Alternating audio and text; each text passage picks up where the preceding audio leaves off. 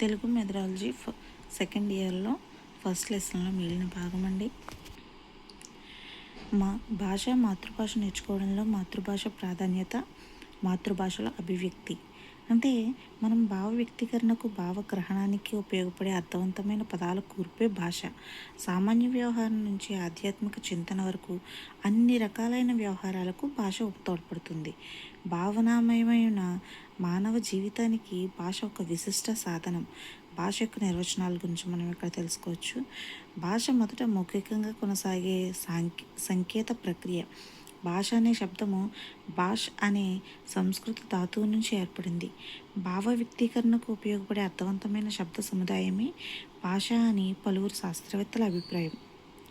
Language is a purely human, non-instinctive method of communicating ideas, emotions and desires by means of a system of voluntary produced symbols అని చెప్పింది ఎవరు అంటే సాఫేర్. భావ వినిమయంలో తమ భావాలను, ఉద్వేగాలను, కోరికలను స్వతహాగా వెలువడిన సంకేతాల ద్వారా వ్యక్తం చేయడానికి రూపొందించుకున్న సాధనం భాష. ఈ నిర్వచనం ప్రకారంగా భాష అంటే ప్రత్యేక సంకేతాలకు ప్రత్యేక అర్థాలను ఆపాదించే సూత్రాలు కలిగిన నిర్మాణ వ్యవస్థ. ఎంఎన్ బ్యాక్ ఏం చెప్పారు? Language is an infinite set of sentences. అంటే భాష అనంత వాక్యాల సముదాయము అని చెప్పింది ఎవరు? MN back. స్టర్ట్వర్ట్ ఏం చెప్పారు తన గ్రంథంలో లింగ్విస్టిక్ చేంజ్ అనే గ్రంథంలో? Language is system of arbitrary vocal symbols through which members of a social group interact, cooperate and transmit their culture. అంటే యాదృచ్ఛికమైన నిర్మాణ సౌష్ఠవంతో మన మానవ సమాజంలో భావ వినిమయానికి, పరస్పర సహకారానికి, సంస్కృతి పరివ్యాప్తికి ఉపకరించే వాగ్రూప ధ్వని సంకేత సముదాయమే భాష అని చెప్పారు. సైమన్ ప్యాటర్ ఏం చెప్పారు? మానవులు ఒకరికొకరు తమ అభిప్రాయాలను తెలుసుకోవడానికి, పరస్పరం సహకరించుకోవడానికి ఉపయోగపడే అర్థవంతమైన యాదృచ్ఛిక ధ్వనుల సమూహమే భాష అని చెప్పారనమాట. హాకెట్ ఏం చెప్పాడు? వివిధ భాషల అలవాట్లతో సంక్లిష్ట వ్యవస్థే భాష అని చెప్పారనమాట. వివిధ భాషల అలవాట్లతో కూడిన సంక్లిష్ట వ్యవస్థే భాష అని చెప్పింది ఎవరు? హాకెట్. ఇది చాలాసార్లు టెట్లో వచ్చిందండి. టెట్ డిఎస్సిలో వచ్చిన బిట్ ఇది. తర్వాత వ్యాకరణల ప్రకారము ప్రకృతి ప్రత్యయ పద నిరూపణమే భాష. ఇది 2025లో వచ్చిన బిట్ అనమాట. ప్రకృతి అంటే పదమూలం లేదా ప్రాతిపదిక మీద చేరే రూప ప్రత్యయం అనమాట. ఈ రెండు కలిపి పదం ఏర్పడుతుంది. నోమ్ చామ్స్కీ ఏం చెప్పారు భాషను గురించి? భాష అనేది ప్రత్యేక నియమాల సముదాయం ఆధారంగా నిర్మించిన ప్రత్యేక వాక్యాల సముదాయము అని చెప్పి చామ్స్కీ దృష్టిలో ఈ నియమాలు మానవ మేధస్సులో సహజంగా ఉండి భాషాతత్వాన్ని తెలియజేస్తాయి అన్నమాట. ప్రఖ్యాత హిందీ భాషావేత్త రామచంద్రవర్మ అభిప్రాయంలో మనసులోని భావ పరంపరను ఏ పదాల ద్వారా, ఏ వాక్యాల ద్వారా ఎదుటివారికి అందిస్తామో అదే భాష అని చెప్పింది ఎవరు? రామచంద్రవర్మ. ఇది కూడా టెట్లో ఇచ్చిన బిట్ అండి. ఏమన్నాడు? మనిషి అభిప్రాయాలను, మనసులోని భావ పరంపరను ఏ పదాల ద్వారా, ఏ వాక్యాల ద్వారా ఎదుటివారికి అందిస్తామో అదే భాష అని చెప్పిన వ్యక్తి రామచంద్రవర్మ. ప్రజలు మాట్లాడుకునే తీరే భాష అని మరొక ఆధునిక నిర్వచనం ఉంది. పై నిర్వచనాలన్నీ భాషను వివిధ దృక్కోణాలలో దర్శిస్తున్నాయి. ఈ నిర్వచనాలన్నీ భాషా స్వరూపాన్ని, స్వభావాన్ని, లక్షణాలను కొంతమేరకు వివరించగలుగుతున్నాయి. వీటిలో ఏ ఒక్క నిర్వచనం సమగ్రంగా అనిపించకపోవచ్చు, కానీ అన్ని నిర్వచనాలు భాష అంటే ఏంటో తెలుసుకోవడానికి కొంతవరకు సహకరిస్తాయి అన్నమాట. ఇక్కడ మనం మాతృభాష గురించి తెలుసుకోవాలనుకున్నప్పుడు తల్లి నుంచి నేర్చుకునే మొట్టమొదటి భాష మాతృభాష. అప్రయత్నంగా నేర్చుకుని జీవితాంతం ఉపయోగించే భాష కూడా మాతృభాషే కదా. శైశవ దశలో వ్యక్తిగత మనోభావాలను వ్యక్తం చేయడానికి ఉపయోగించే భాష.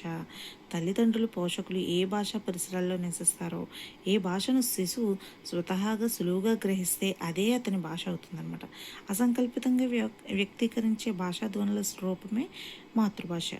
భావ వ్యక్తీకరణ, భావగ్రహణ సులభంగా జరిగే భాష మాతృభాష. మనం నేర్చుకోవడంలో మాతృభాష యొక్క ప్రాధాన్యత ఏంటి? మన మాతృభాష ఏంటి? తెలుగు. ఇది సహజంగా అలవడుతుంది. అప్రయత్నంగా, సునాయాసంగా వచ్చేది కూడా మనకు మాతృభాషే. ఏ భాషను శిశువు అసంకల్పితంగా మాట్లాడతాడో, ఏ భాష ఇతర భాషల అభ్యసనంపై ప్రభావం చూపిస్తుందో అదే మన మాతృభాష అనమాట. భాషేతర విషయాలు మనకు మ్యాథ్స్, సోషల్, సైన్స్ ఇవన్నీ నేర్చుకోవడానికి కూడా మాతృభాషకే ప్రాధాన్యత ఎక్కువ ఉంటుందన్నమాట. మాతృభాషలో అభ్యసించిన విషయాలు ఎక్కువ కాలం గుర్తుంటాయి. ఇతర భాషల్లో కన్నా మాతృభాష అభ్యసనం సులభంగా ఉంటుంది, వేగవంతం అవుతుంది.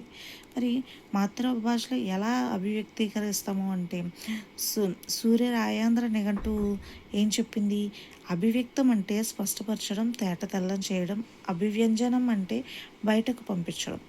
అభివ్యక్తం అంటే స్వస్థపరచడం, తేటతెల్లం చేయడం. అభివ్యంజనం అంటే బయటకు పంపించడం. అభివ్యక్తి అంటే బయటకు వెల్లడించడం, ప్రతిబింబించడం. మాతృభాషలో అభివ్యక్తి అంటే తన తల్లి భాషలో తన భావాలను వెల్లడించడం.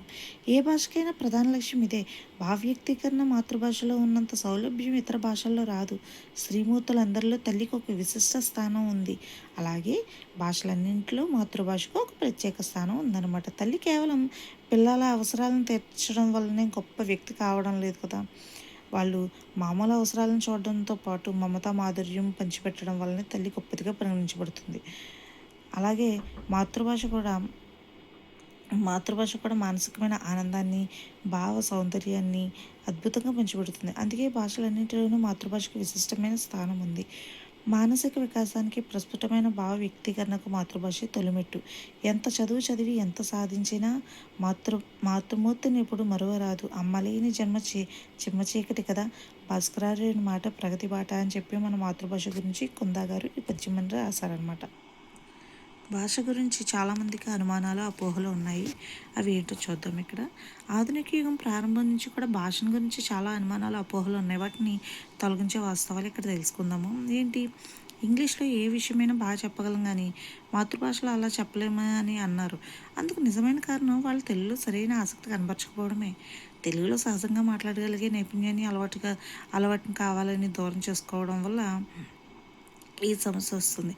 ఇంగ్లీష్ నుండి విజ్ఞాన శాస్త్ర గ్రంథాలను తెలుగులోకి అనువదించలేమనేది మరొక అపోహ. పారిభాషిక పదాలన్నింటినీ తెలుగులోకి అనువదించి తీరాలనేది లేదు. వీలైన వాటిని అనువదించి వీలైన పదాలను అలాగే తెలుగులో వాడుకుంటే మంచిది. అలా చేస్తే తెలుగు భాష మరింత సుసంపన్నం అవుతుంది కదా. ఆనాటి అధికార భాషా సంఘం అధ్యక్షుడు డాక్టర్ సి నారాయణ రెడ్డి అభిప్రాయం కూడా అదే. ఇతర భాషా ప్రాంతాలకు వెళ్ళి ఉద్యోగాలు చేయాలంటే తెలుగు బోధన భాషగా నేర్చుకున్న విద్యార్థులకు కుదరదనే అభిప్రాయం కూడా ఉంది. ఇలా ఇతర ప్రాంతాలకు వెళ్ళే విద్యార్థులకు తమకు కావాల్సిన ఇంగ్లీషు, హిందీ భాషలను శ్రద్ధగా నేర్చుకున్నట్లయితే తమ మాతృభాషలో నేర్చుకున్న విషయాన్ని, పరిజ్ఞానాన్ని ఆయా భాషల్లో అవసరమైనప్పుడు బాగానే వ్యక్తీకరించగలరు, బాగానే రాణించగలరు. పోటీ పరీక్షల్లో ఇంగ్లీషు భాషలో చదివిన విద్యార్థులు ఎక్కువ విజయం సాధిస్తారనేది ఒక ఒపీనియన్ ఉంది కదా. మాతృభాషలో విషయాలు నేర్చుకున్న విద్యార్థులు పోటీ పరీక్షల్లో రాణించలేరని అనుకోవడం పొరపాటు. విషయాలు బాగా అర్థమయ్యేది మాతృభాషలో చదివిన వారికి.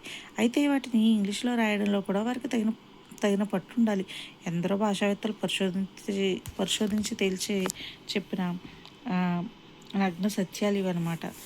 మరి భాష సబ్జెక్టులతో సంబంధము, అభ్యసనంలో భాష యొక్క పాత్ర ఏంటో చూద్దాము. అభ్యసనంలో భాషా పాత్ర అపారం.